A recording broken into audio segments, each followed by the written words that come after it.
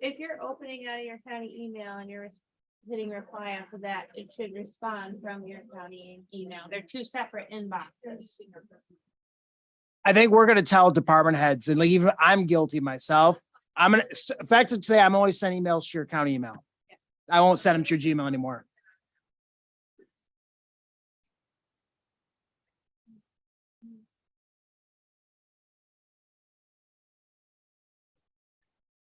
Yeah. I mean, so there's a department head meeting, we'll let them all know Thursday, we're gonna send out the updated email list, we'll make sure that the emails are.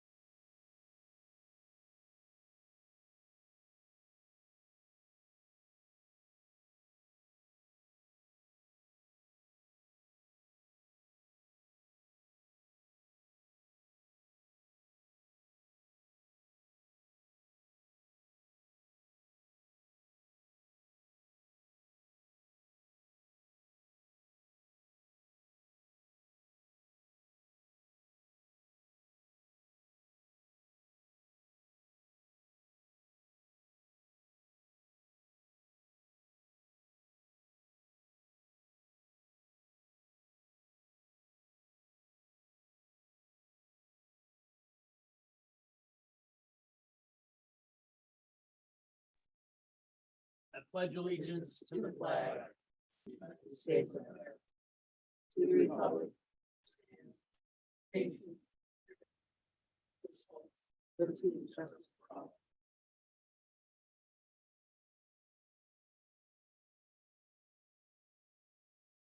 Okay. It's Emily's big debut as our official county board clerk. So congratulations, Emily. Thank you. Okay, and we'll start off with a roll call, please. Okay, Corbin, Here. Zupian, Here. Vosberg, Here. Moses, Jones, Here. Walrod, Schwartz, Wynn, Pinard, Here. During, Here. Reuter, Here. Cunningham, Here. Stokes, Stupansky, Here. Becker, Here. Kavanaugh, Roberts is absent, Maglioka, Here. and Du Bois. Here. 1,440 votes present. Okay, need a motion to approve the minutes from our previous meeting, please. Motion by Mr. Walrod, second. Second by Mr. Pinard. Is there any discussion? All in favor signify by voting aye. Aye. Anybody opposed? Carried.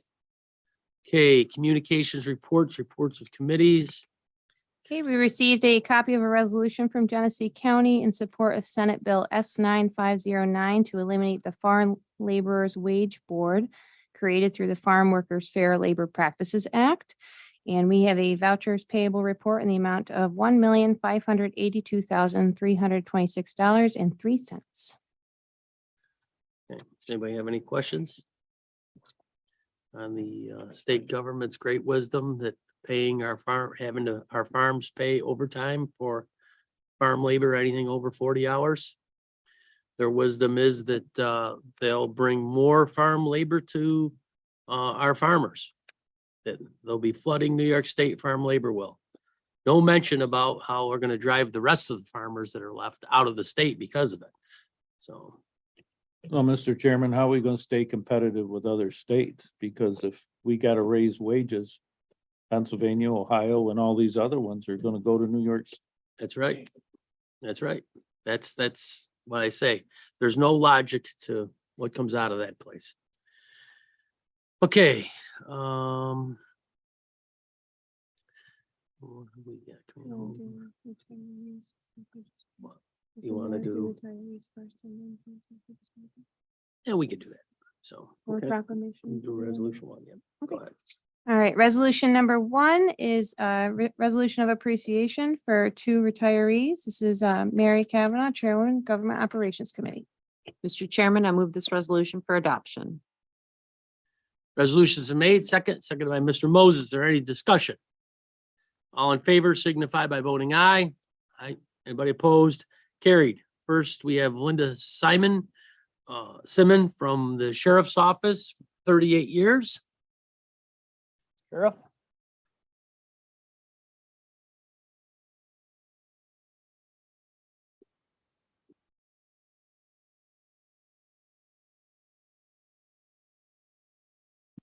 Thank you. I thought I was gonna have to handcuff Linda to get her up here. Get over here. Come here. She wants nothing to do with this today, just so you guys know. Okay.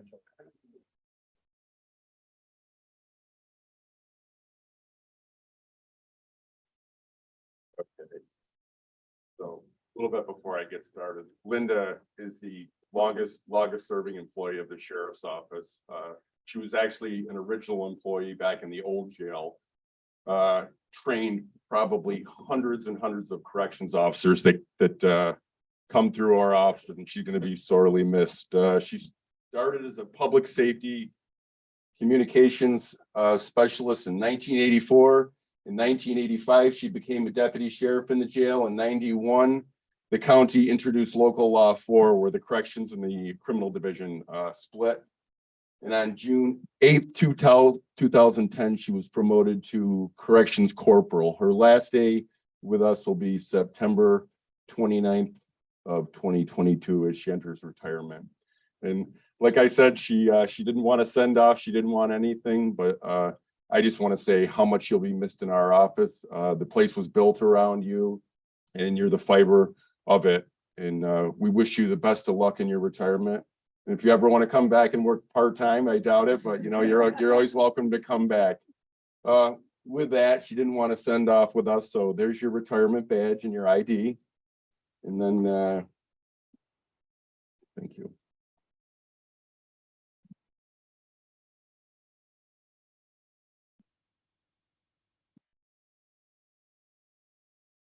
In recognition of a commitment to a standard of excellence, 1984 to 2022.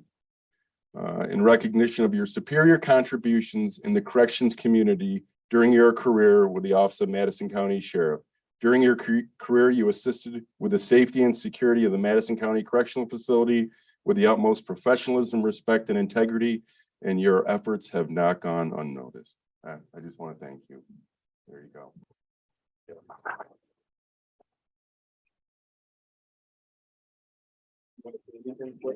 Okay, thank you guys. Congratulations. Thank you guys. Okay, next we have Kathleen Lindsay from the County Clerk's Office with 10 years. Mike?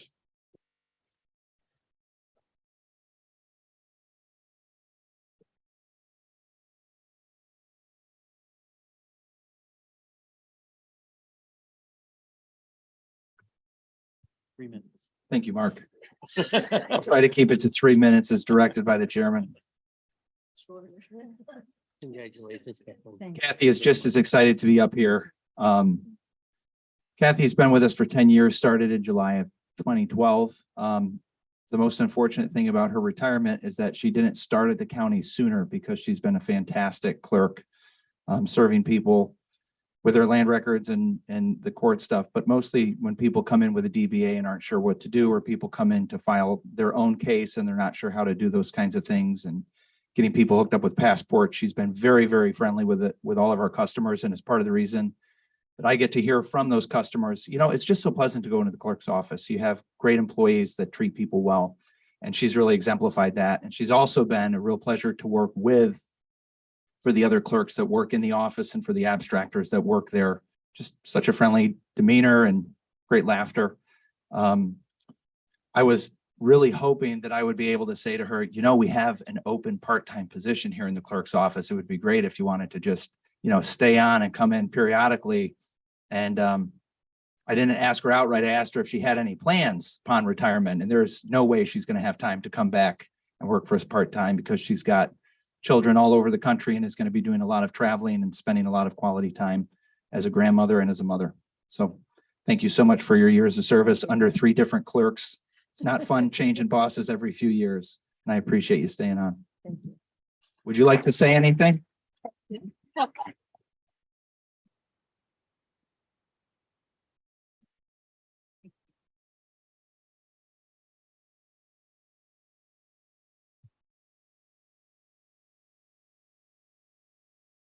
Okay, our state assemblyman, Mr. Sulka is here. He asked for some time last month, but we had too much stuff going on. So I let him know that he could speak today, so we'll have him come up. And he would like to speak to the 2022 legislative session.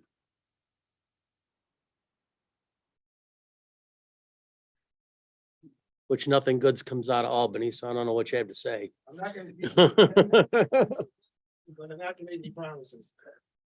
First of all, I want to thank the chairman and the county board of supervisors for giving me an opportunity to spend a little bit of your time. I'm not going to be too long-winded, believe it or not, because I know you have very important county business to attend to.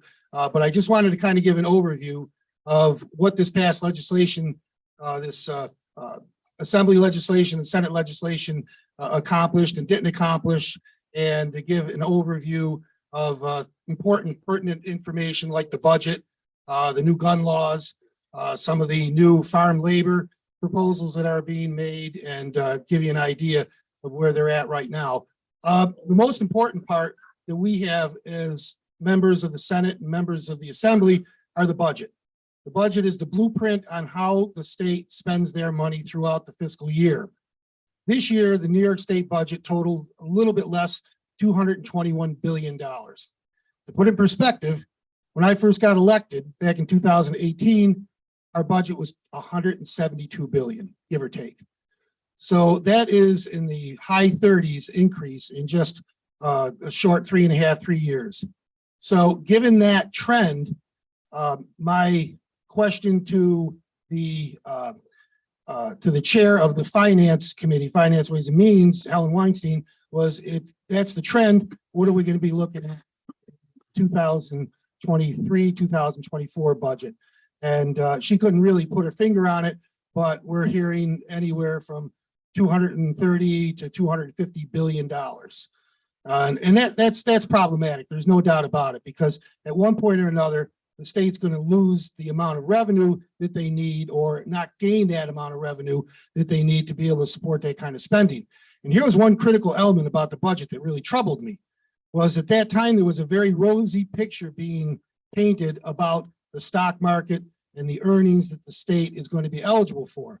Well, now that we see that inflation, as a matter of fact, as today, is higher than it's been in years and years, the stock market being extremely volatile, the energy market being extremely volatile, we're concerned that the state is not going to be able to generate those types of revenues to support that kind of spending trend. So there's a lot of concern. We're already talking about a budget surplus that was in existence is now flipped over to a budget deficit, upwards of $9 billion. So, you know, we see this kind of spending as something that you can't depend on the millionaires that they claim to be able to bail us out when spending goes beyond the amount of revenue that we are able to project from just regular sources. So my question also was on the floor of the assembly to Assemblywoman Weinstein was, can we in fact support this type of spending and this trend? And of course, she said yes, and she had to, because if she didn't, the bond markets, which watch state spending and state debt very, very closely, would have probably had some reservations. So of course, she had to say yes, and I understand that. And actually, behind the scenes, she kind of even admitted that, you know, they're wondering how they're going to do it. Just to give you an idea, and I'm just going to hit some of my notes because I want to give accurate figures. There's something called a debt cap that the state operates under, and that debt cap is what I call our line of credit. It's what we use to borrow against our operating expenses for the New York State budget. All right, so and Cindy might understand this probably better than I do. In 22-23, that line of credit is around 11.4 billion. Fine, because we have operating expenses of around 10 billion. Now, again, pardon my, excuse my taking time here, just want to make sure the numbers are accurate. In 2023-24, which is just around the corner, it goes down to 7.2 billion. So now with 10 to 11 billion dollars of operating expenses, one's got to give. One's got to increase or one's got to drop. Maybe both have to do both. But in 24-25, it drops to 4.1 billion on that line of credit. In 25-26, it's now down to 1.9 billion. Again, with operating expenses forecasting to stay high, stay the same, or stay even higher, now the equation's starting to be a bit out of whack. And in 2026-27, it goes down to $273 million. So again, my question was, how do we support this? And her answer was, we'll just go to the taxpayers. Well, that's not the answer anybody wants to hear, especially the taxpayers. So we're very, very concerned about future budgets. Obviously, the effects of those budgets trickle down to the counties, they trickle down to the local municipalities. So we're very concerned. I think it probably would behoove this group, this board, to be able, and I know you will, keep very close eye on what's going on in the budget, because the implications of a budget that's going in that direction can be somewhat concerning. So that's pretty much a synopsis of where the budget's at. It was the same process as it usually is. We started about 7 or 8 o'clock in the morning, went all night. Governor filed the budget with a message of necessity, which meant that she was able to circumvent any kind of committee process. Same thing with the new gun laws, which I'm just going to touch on briefly, is those were filed with a message of necessity. By Constitution, a bill is supposed to be given 72 hours to air so that the legislature and the public can take a look at that, unless the governor files what they call a message of necessity, and then that whole process is circumvented. And she did that with the budget. She's done that with a number of so did Andrew Cuomo. He did the same thing, with the SAFE Act. He did everything with the same thing with the budgets. So unfortunately, these critical issues, these critical laws, these critical bills usually don't have an opportunity to be even read, let alone vetted by the public and the legislature. So that's just the way Albany operates, but that doesn't mean we have to accept it. Everybody's probably hearing about the new gun laws. I attended a meeting last night in Deerfield outside of Utica, and it was a packed house, standing room only. Everybody's very, very concerned about the new gun laws. There are several challenges, one in particular that's being posed by the New York State Rifle and Pistol Association. And the challenge was thrown out a couple weeks ago on the grounds that, and Tina would understand this better than I do, on the grounds that it didn't have standing for a federal case. So the new lawsuit is being designed or written or presented. It's going to be able to present an argument to the constitutionality of those gun laws in a much more effective manner. There's no doubt about it. They're unconstitutional. This was the same process. They called us in the session on a Thursday at 12. I was sitting in the assembly chambers at 2 o'clock that morning, still waiting for a bill. They sent us home till about 8 o'clock in the morning. We're back to our hotels. 9 o'clock, they put the bill on the floor. We finally got the chance to see it almost 24 hours later. It was filed with a message of necessity, which meant debate was limited, and it wasn't vetted by any committees. This is not the way to do legislation. This is not the way to do something that is going to affect thousands and thousands of people that believe in the ability to be able to defend their homes and their families. So we've got a real issue with that. A lot of people have a real issue with that. And at this point right now, the governor doesn't seem to want to move on it. So, you know, that's an ongoing battle. Another big one, of course, for an agricultural community like we have here is the proposal to drop the overtime from 60 to 40 by the Farm Labor Board. That's pending decision on whether or not the governor will accept it, on whether or not the DOL commissioner will accept it. What I'm hearing from the farmers in my district, and I hope you're hearing it from the farmers in your towns, is this is going to be devastating for agriculture, which already took a kick in the knee from the pandemic, which already took a kick in the knee from prices that they can't control, which has been an acute problem, actually a chronic problem for a long time. So we're hoping and holding our breath that the governor will reconsider and she'll throw this crazy proposal out. So it's really going to harm, especially the small guys throughout the state. Of course, there's the old Medicaid, Medicare, Medicaid funding. Right now, we're looking at record numbers in the budget, 90 billion in Medicaid funding. We spend more than three of the bigger states combined. We're only second to California, and California has a lot more enrollees. So, you know, Medicaid has been a big issue for the counties. It's been a big issue for the state. The state promised to take over all Medicaid administration and funding. We're still kind of waiting on, Mark, have they done any movement on that? Yeah, and that was way back in 2013 that the state agreed to be able to assume more of the responsibility for Medicaid. So the point I'm trying to make here is, and I'll close, is that what's going on in Albany obviously affects the counties, affects the towns, the villages, the cities. Right now, at least in my estimation, we're on the locomotive has no brakes. As far as spending, as far as rules and regulations, right now, there is an effort by the downstate progressives to make sure that, number one, we don't defend ourselves, that they spend us out of existence, and that we make sure that the quality of life that over 1.5 million people have left New York already, 1.5 million people. And these are people that obviously are tax-paying citizens. A lot of them were professionals. These are people that added to the overall general quality of life of New York State and provided services. And, you know, we lost 300,000 in 1 year alone. It's incumbent upon us as elected and appointed officials to be able to say enough is enough. We need to rethink how we spend. We need to rethink the rules and the regulations. We need to rethink how New York State, which was one of the greatest states in the country, is really starting to take a nosedive. But again, I'll keep it brief. You have other business, but I appreciate the opportunity to be able to present at least my perspective on what I've seen in the legislature, what I've seen on the floor of the New York State Assembly. And I'll tell you one quick story. This is the environment, because I always like to tell a story. This is the environment. I sit on the Committee for Children and Families for the New York State Assembly. Great committee. Do a lot of great things for kids.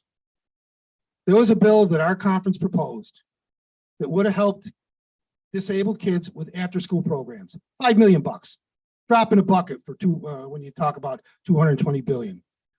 And the chairman of the committee is looking at the bill, and he said, "I like this bill. This is a good bill. This is going to help a lot of kids out."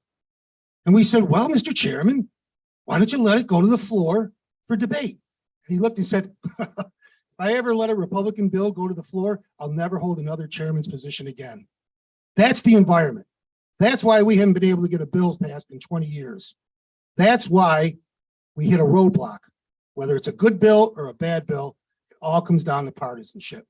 And that's got to change, because the state is headed in the wrong direction. And it's going to affect us all. So that was my little story. I was there. I was a member of the committee. I heard it. And he's a good man. That chairman's a good man. But I understand it all comes down to politics. But again, I want to thank you for your time.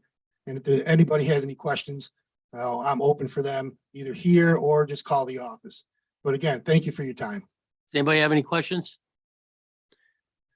Okay, on that upbeat note, God save the king. Okay, I have a proclamation here. Thank you, Mr. Sunkel. We appreciate it. Thank you, sir. Recognition of Sheriff's Week, September 18th to the 24th.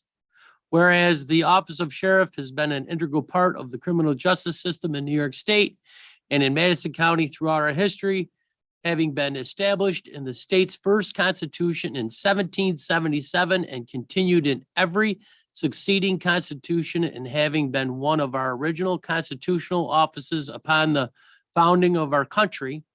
And whereas despite changes in its function, status, and powers during its long history, the Office of Sheriff has maintained a continuous existence, preserved its distinguished heritage, and continued to be an essential component of our criminal justice community. And the Office of Sheriff has evolved into a modern, professional, full-service law enforcement agency manned by fully trained police officers using state-of-the-art technology and applying the latest and most advanced theories and practices in the criminal justice field. And the Office of Sheriff is unique in the community, and the duties of the office go far beyond the traditional role of keeper of the peace and extends into many facets of public service, including maintaining the county jail, providing security to our courts, dispatching emergency services, and serving our executing civil process for our courts, and as a constitutionally empowered office directly responsible to the people. The ancient Office of Sheriff remains, even today, responsive and accountable to the public it serves. It is fitting to celebrate the historical contributions of the Office of the Sheriff and the significant role that the sheriffs play in our modern criminal justice system. Thank you, gentlemen, and stay safe. Yep. Okay. Yep.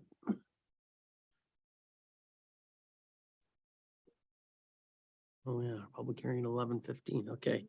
I need a motion to open our public hearing on adopting a domestic partnership registry.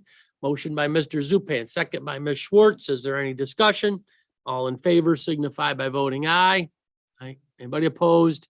Carried. Is there anybody here to speak for or against local law number 4 for 2022, adopting a domestic partnership registry? And Mr. Clerk? Yes, sir. I'll be quick. We've received numerous calls over the last 4 years of constituents in Madison County asking whether or not we had a domestic partner registry. We had to explain to them that we did not. It has to be adopted at the county level in order for it to exist. This would allow folks who are either waiting to get married because they're trying to save the funds for a wedding to be able to achieve the benefits of a domestic partner registry, mostly spousal type benefits being extended. There are several other counties across New York State that have domestic partner registries. The law is modeled on some of those other counties. If there are any questions, I'd be happy to answer questions, but I would encourage you guys in service to your constituents, men and women, to pass this and allow us to have this registry created for Madison County residents. Okay, thank you. Does anybody have any questions for our clerk? No? Okay, I need a motion to close the public hearing. Motion by Mr. Reuter, second. Second by Mr. Stokes. Is there any discussion? All in favor signify by voting aye. Aye. Anybody opposed? Carried. Okay.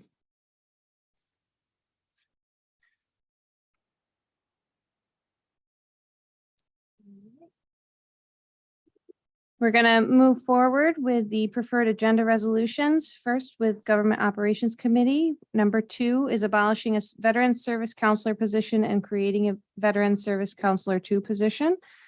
Number 3 is authorizing a stipend for the Emergency Medical Services Coordinator. Number 4, authorizing the county to order leased vehicles for the 2023 budget. Number 5 is authorizing an agreement with the New York State Office of Information and Technology and the New York State Division of Homeland Security and Emergency Services. Number 6 and 7 are both modifying the 2022 adopted county budget for the county office building generator and IT furniture. Number 8 is establishing the 2022 salary of the second assistant district attorney. Number 9, acknowledging introduction of proposed local law number 6 for 2022 and calling for a public hearing. And number 10, authorizing the appointment of a deputy clerk to the Board of Supervisors. Mary Kavanaugh, Chairwoman, Government Operations Committee. Mr. Chairman, I move these resolutions for adoption. Resolution has been made. Do I have a second? Second by Mr. Walrod. Is there any discussion? Before we start, this is the first time I'm not gonna hear the calculator clicking in how many years? A long time. Calculator's gone. Oh, yeah. Calculator's Let her gone. Take that home as a moment. Yes. Go ahead, Emily. Thank you. Yes. All right, Bosberg, Yes. Moses, Jones, Aye. Walrod, Aye. Schwartz, Yes. Wynn, Yes. Kennard, Aye. During, Aye. Reuter, Aye. Cunningham, Stokes, Stepanski. Yes. Becker. Aye. Kavanaugh, Maglioka, Du Bois, Aye. Corbin, Yes. Zupan. Yes. 1,440 votes in favor. Carried. No, I'm not gonna do No, that to her that was already. my No, no, April no. meeting. It's coming up annual session. There'll be a lot of that. Okay. Preferred agenda for the Finance, Ways and Means Committee. Number 11 is acknowledging introduction of proposed local law number 5 for 2022 and calling for a public hearing. And resolutions 12 through 17 are modifying the 2022 adopted county budget for the county attorney, aquatic vegetation, snowmobile trails, promotion of tourism, DA prosecutions, and the R Park utilities. This is Cliff Moses, Vice Chairman, Finance, Ways and Means. Mr. Chairman, I move these resolutions for adoption. Resolution's been made. Do I have a second? Second by Ms. Kavanaugh. Is there any discussion? Roll call, please. Moses, Yes. Jones, Walrod, Aye. Schwartz, Yes. Wynn, Yes. Kennard, Aye. During, Aye. Reuter, Aye. Cunningham, Yes. Stokes, Stepanski, Yes. Becker, Aye. Kavanaugh, Maglioka, Aye. Du Bois, Aye. Corbin, Yes. Zupan, Yes. Vosberg. Yes. 1,440 votes in favor. Carried. Okay, Health and Human Services Committee, number 18, 19, and 20 are all modifying the 2022 adopted county budget for PEEF, the Providers State Aid Adjustments and Child Safety Seat Program. Alex Stepanski, Chairman, Health and Human Services. Mr. Chairman, I move the adoption of these resolutions. Resolution's been made. Second. Second by Mr. Stokes. Is there any discussion? Roll call, please. Jones, Aye. Walrod, Aye. Schwartz, Yes. Wynn, Yes. Kennard, Aye. During, Aye. Reuter, Aye. Cunningham, Stokes, Stepanski, Yes. Becker, Aye. Kavanaugh, Maglioka, Aye. Du Bois, Aye. Corbin, Yes. Zupan, Yes. Vosberg, Yes. Moses. 1,440 votes in favor. Carried. All right. Resolutions number 21 through 24, authorizing a contract extension with Madison County Tourism. Number 2022 is amending an agreement with H. Shireman Company. Number 23 is modifying an agreement with Environmental Design and Research. And number 24 is authorizing an agreement with Local Workforce Development Board of Herkimer, Madison, and Oneida Counties. Cliff Moses, Chairman, Planning Committee. Mr. Chairman, I move these resolutions for adoption. Resolution's been made. Do I have a second? Second by Mr. Jones. Is there any discussion? Roll call, please. Walrod, Aye. Schwartz, Wynn, Yes. Kennard, Aye. During, Aye. Reuter, Aye. Cunningham, Yes. Stokes, Stepanski, Yes. Becker, Aye. Kavanaugh, Maglioka, Aye. Du Bois, Aye. Corbin, Yes. Zupan, Yes. Vosberg, Yes. Moses, Jones. Aye. 1,440 votes. Carried.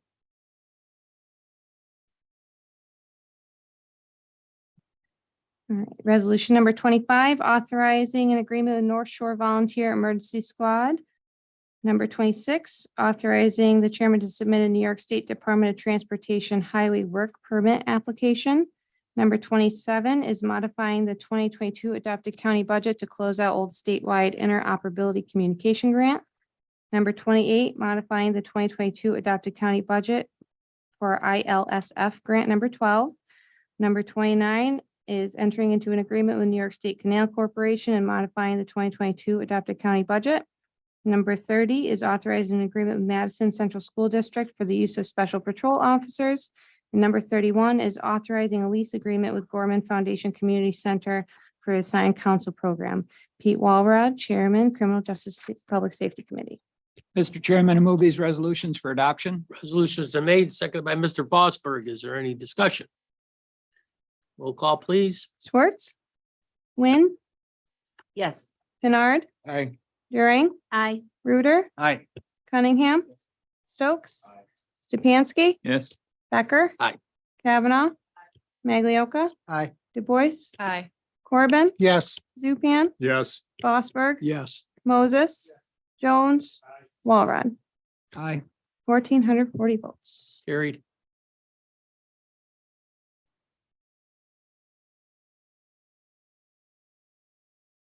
Resolution number 32 is authorizing the implementation and funding of a transportation federal aid project and appropriating funds.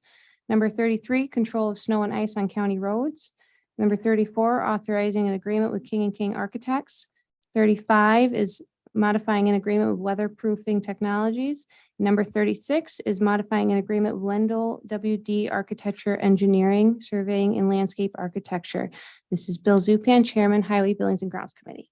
Mr. Chairman, I move these resolutions for adoption. Resolution's been made, seconded by Mr. Walrod. Is there any discussion?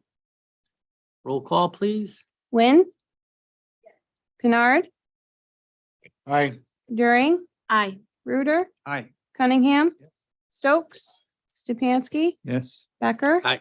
Kavanaugh, Maglioka, Aye. Du Bois, Aye. Corbin, Yes. Zupan, Yes. Fosberg, Yes. Moses, Jones, Walrod, Aye. Schwartz. 1,440 votes. Carried.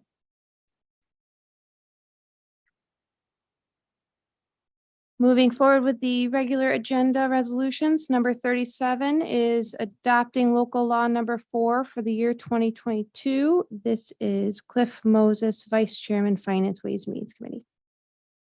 Mr. Chairman, I move this resolution for adoption. Resolution's been made, seconded by Mr. Bernard. Is there any discussion?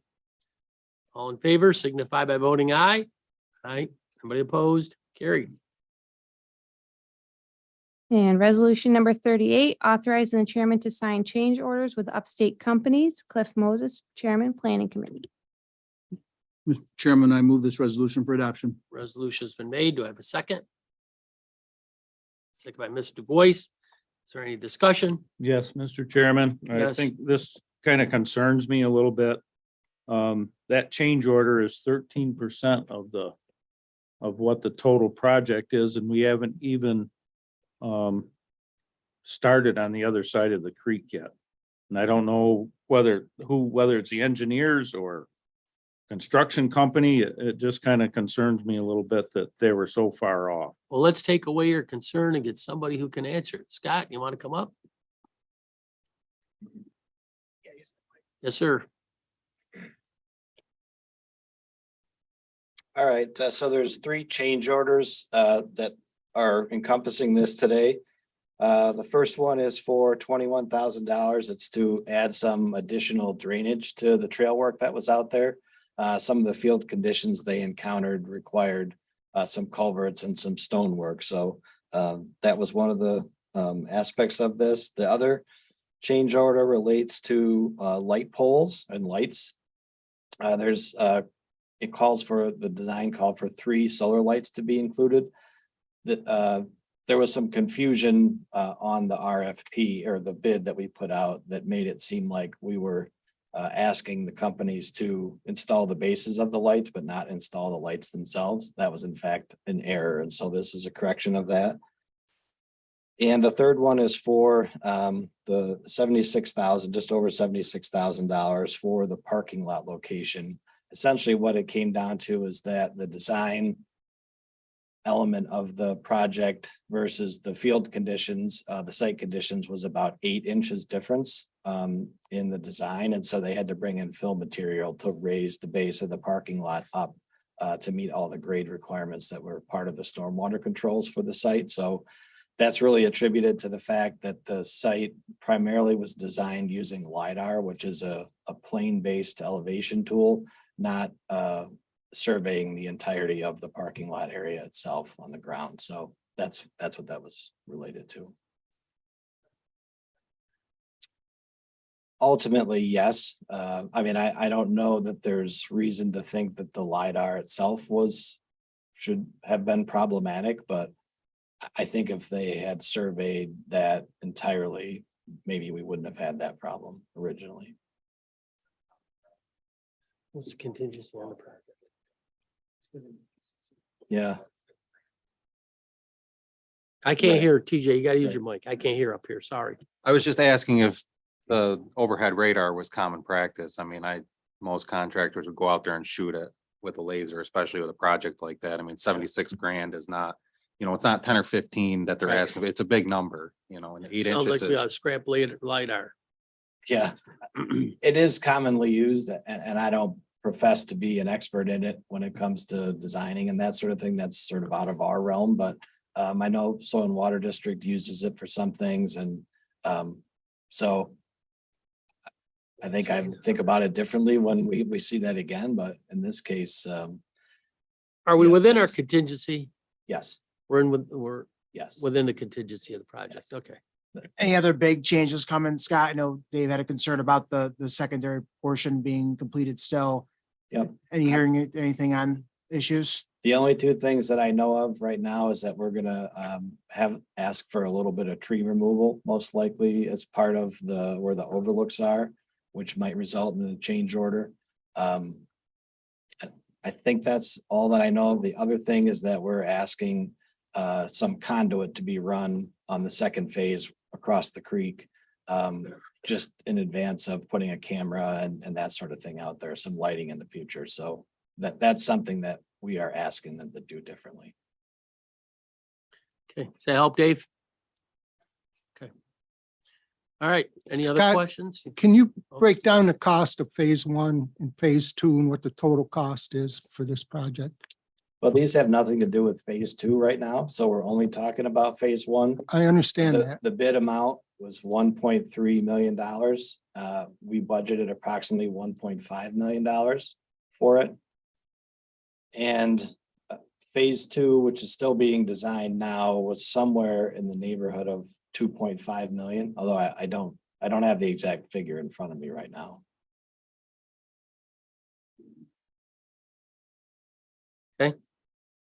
Thank you. Thank you. Anybody else?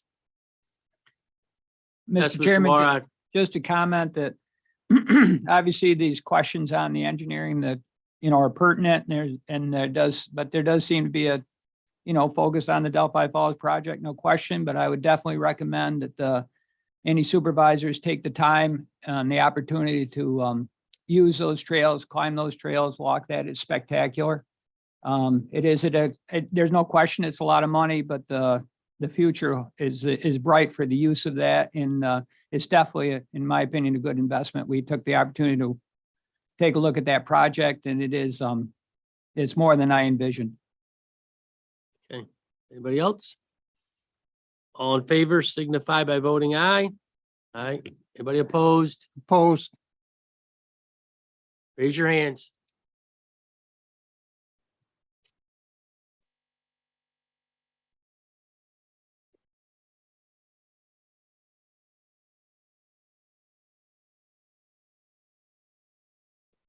You want me to wait longer? You got it that I fast. got it Oh, that Wow, fast. I okay, all told right, you. go ahead. It's 1,350 votes in favor and 90 votes, well, including the absent, is 150 votes Against. opposed. Okay. So it carried. Okay. All right. Does anybody else have anything? Yes, Mr. Corbin. Can someone give us a status? I noticed that state came out on this Zoom link usage again. So just where do we stand as a county on what we can and can't do? The local law was adopted. Was it last meeting, Tina? Yes. Yeah, Yes. so we adopted a local law that allows us to do it in a more limited fashion that was approved by the state. I can talk to committee chairs and committees as we have our meetings, but there has to be, the committee chair has some ability to allow people to zoom in under extraordinary circumstances. And that definition is to be defined. It's what is an extra, medical, care for a child, and weather issues, are things that we could, be able to zoom in for, but normal course of business, like we've been doing it, that is ended and that's effective. I think she let the EO expire last night. So we're back to normal but you have to look at the local law that we adopted and the parameters for the continued use of Zoom are in that local law. So in my case, I have a committee meeting at 9 o'clock. The next one is at 1 o'clock in the afternoon. So, You have to define that as an extraordinary circumstance, Lauren. which it isn't. But we did also mention that I could go to the town hall, I can talk building. to you about this offline. It'd probably be easier. Or maybe somebody else Oh, wants. Scott. Well, it's gotta be a place that's a public place. So yeah, you could, but it has to be noticed that way. So if you're gonna be at your town office, then the notice when it goes out for the committee meeting has to say that you will be able to attend the meeting at the Brookfield Town Hall, the Hamilton Town Hall, and you have to be able to put it up on a screen and have people participate. If they want to. If they want to, they show up. But it would have to be noticed that way. And does the vote count if someone does that? I'd have to go back and look at the local law because I don't have it committed to memory, so I'd have to look, but I think that there's a question about whether or not, I think it does actually, if it's noticed that way. If you just don't show up and you want to watch Zoom, you don't count for the quorum, and I don't think you can. You vote. can't vote, but you could be there. You could be there, You just can't vote. but I Thank think if it's noticed properly, then yes, you can. Yeah, well, it'll be a work in progress. Yeah. Take a look at the local law, and if anybody has any questions, contact myself or Tina, and we can Yeah. work through challenges, because it's gonna be the next round of committee meetings coming up here in September, the new Yeah. rules will apply. Which I'm kind of So if you want to surprised. do that and I know it's A&O committee, you guys are all over the 7 winds, different places, we might be able to do that. I think somebody's gonna have to actually appear here. So, So they got to appear here to have a forum? well, somebody's gonna have to be here to do the meeting, I would think, but we'll talk about it before the committee meeting and get you set up. Yeah, we'll figure something out. Yeah. Didn't it say that the quorum had to be live? It had to be live in order to be, the quorum had to be met live? That's if it's a board meeting. Yeah, I don't So think this it's is about as clear as mud. Yeah, well, like most things that you come have out of to say. Albany. It's like Which I'm- every executive order we've ever had, we were sitting there scratching our heads going, what do we do? Kind of like the gun law. Beautiful. Yeah, Love it. exactly. Sorry, Lauren. If you have any complaints, file them with the We'll Senator figure it Baker, out. Assemblyman Salk. We'll figure Yeah. out something that works. Okay.